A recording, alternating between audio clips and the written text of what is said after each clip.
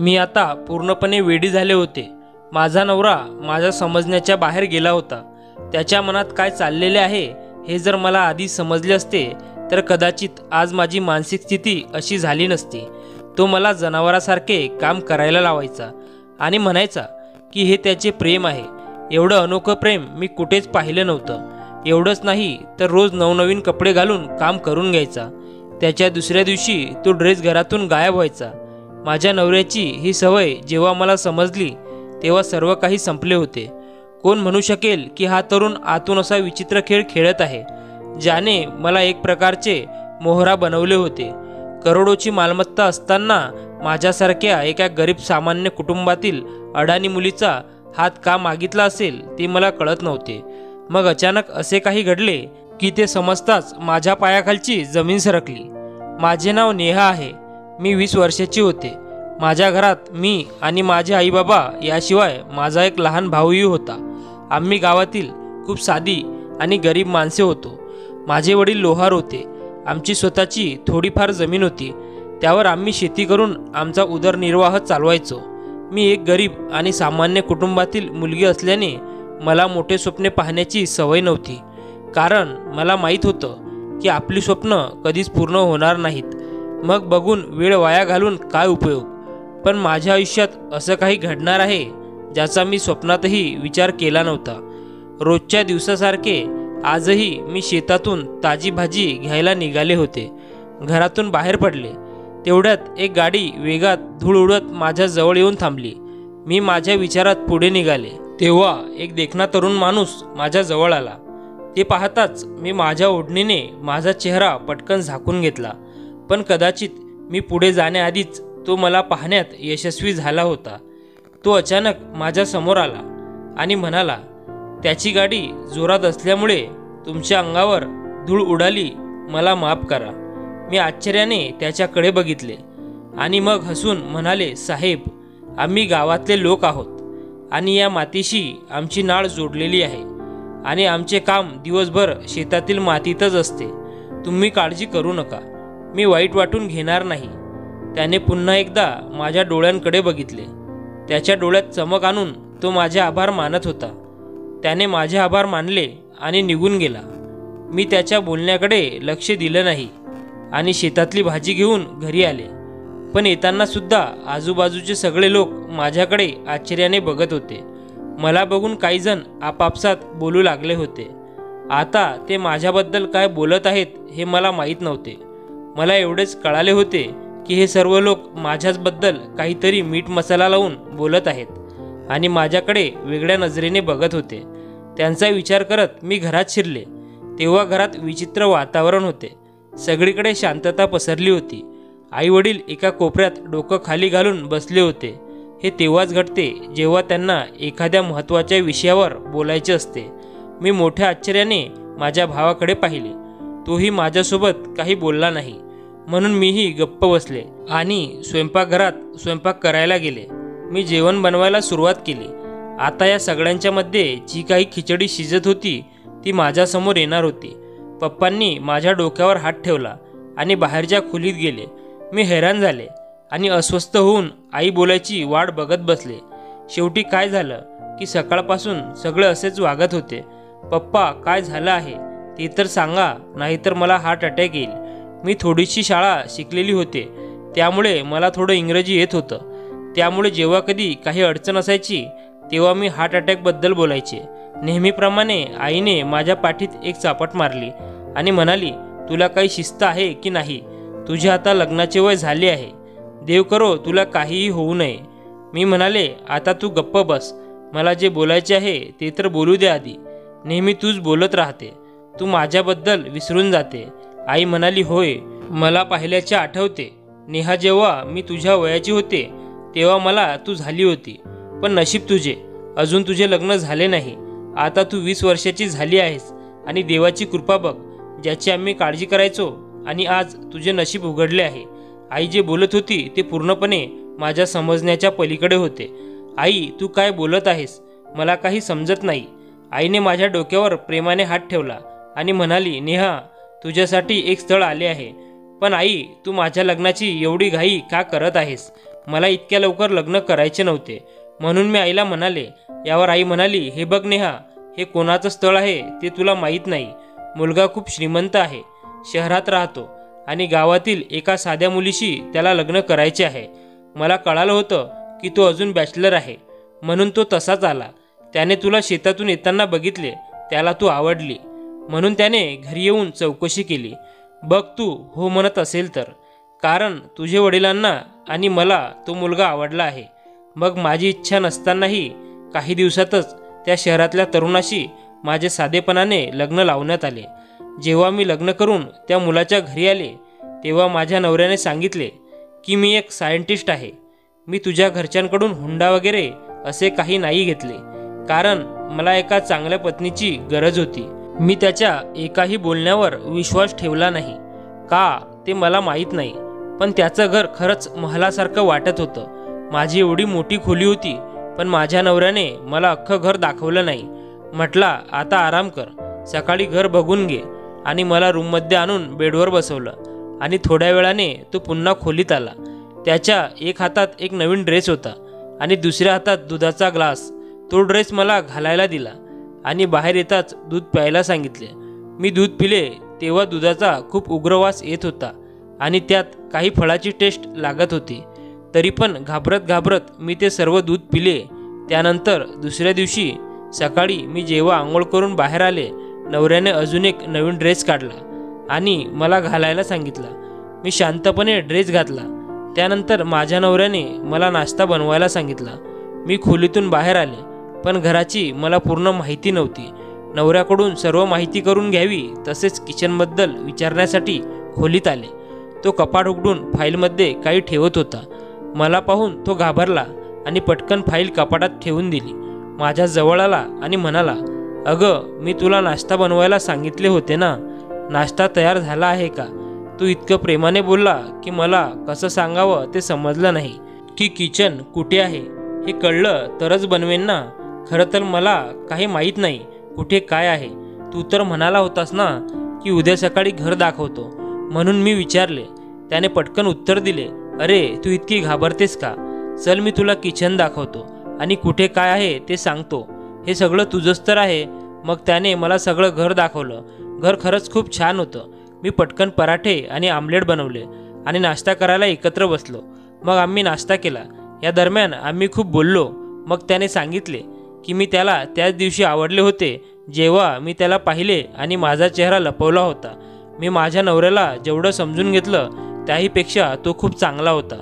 तो माझ्यासाठी रोज नवीन कपडे आणत आणि सोबत आणखी काही गोष्टी आणत. आजपर्यंत मी माझे एकदा घातलेले कपडे परत कधी घातले नाहीत. तो म्हणायचा की तू एकदम खास आहे, म्हणून तू नीटनेटके आणि व्यवस्थित राहणे गरजेचे आहे. त्याचे बोलणे आणि वागणे पाहून मला हसू यायचे आणि माझा नवरा माझ्यावर किती प्रेम करतो याचा मला अभिमान वाटू लागला. संध्याकाळी नवरा घरी आला आणि त्याने माझ्यासाठी 2 किलो स्ट्रॉबेरी आणली आणि एक नवीन ड्रेसही आणला आणि म्हणाला, उद्या तू ही स्ट्रॉबेरी दिवसभर खा आणि तू ती संपवशील. यावर मी म्हणाले, 2 किलो स्ट्रॉबेरी मी कशी खाऊ शकेन? पण तरीही मी हो म्हणले. पण नवीन ड्रेस पाहून मला आश्चर्य वाटले. मग मी नवऱ्याला म्हणाले, कालच तर तू नवीन ड्रेस आणला होतास, मग आज परत नवीन ड्रेस का आणला? माझा नवरा थोडा जोरात ओरडला आणि म्हणाला, मी तुला सांगितले आहे ना, तू रोज नवीन ड्रेस घालणार. आता जा आणि हा ड्रेस घाल. आणि मला दुधाचा ग्लास प्यायला दिला. त्यानंतर मला खूप आश्चर्य वाटले. मी नवीन ड्रेस घेऊन बदलायला गेले. बाहेर आल्यावर माझ्या नवऱ्याने मला पाणी आणायला सांगितले. खोलीत पाणी होते, पण तरीही किचनमधून आणायला सांगितले. मग मी त्याला म्हणाले, इथे पाणी असतानाही तू मला किचनमधून पाणी का आणायला सांगतो? तेव्हा तो म्हणाला, मला थंड पाणी प्यायचे आहे. यावर मी गप्प बसले आणि पाणी आणायला गेले. मला प्रश्न पडला की तो असा विचित्रसारखा का वागतोय. पूर्वी मी 2-2 दिवस एकच ड्रेस घालायचे. त्यांना माझ्या अंगाचा घाण वास येतो का, किंवा काहीतरी वेगळी गोष्ट आहे का? मी विचार करत करत किचनमधून पाणी घेऊन खोलीत आले.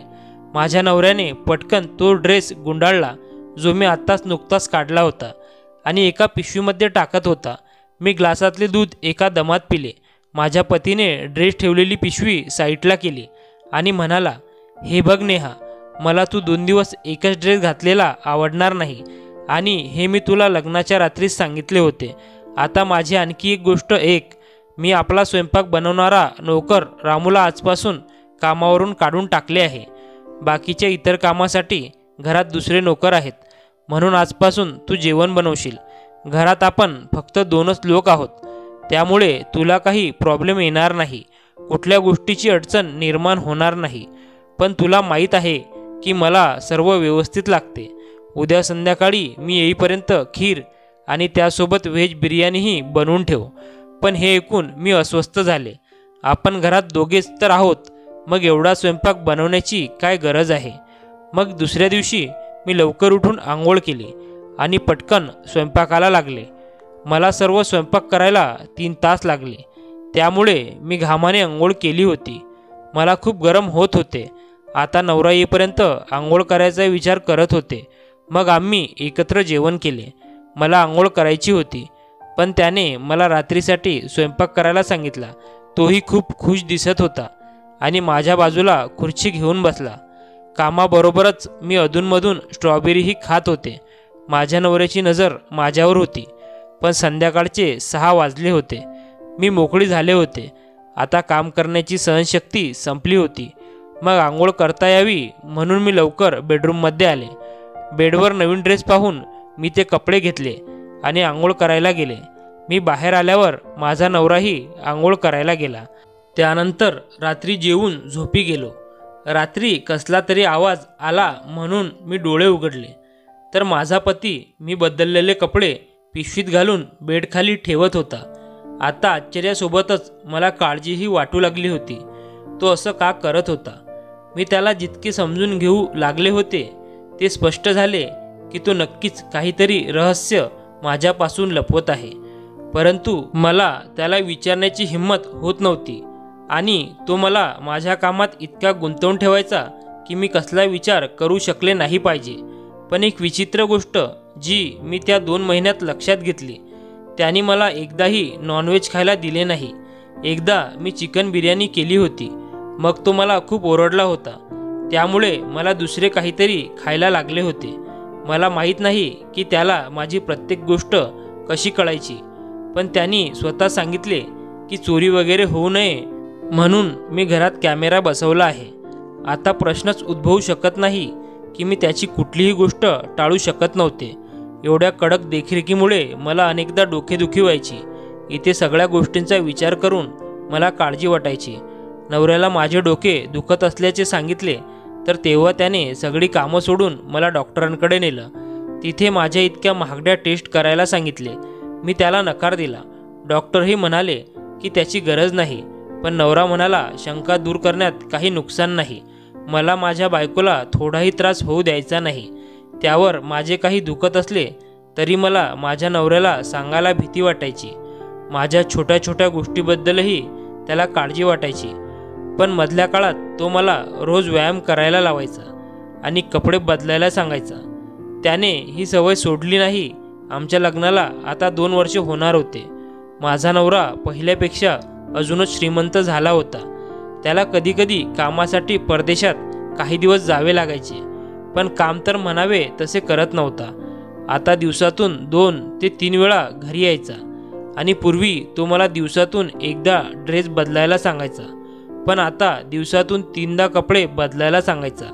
मीही त्याच्या अशा वागण्याला कंटाळले होते, कारण हल्ली मला इतका घाम यायचा की मी नुकतीच आंघोळ केली असे वाटायचे आणि मला खूप गरम वाटायचे.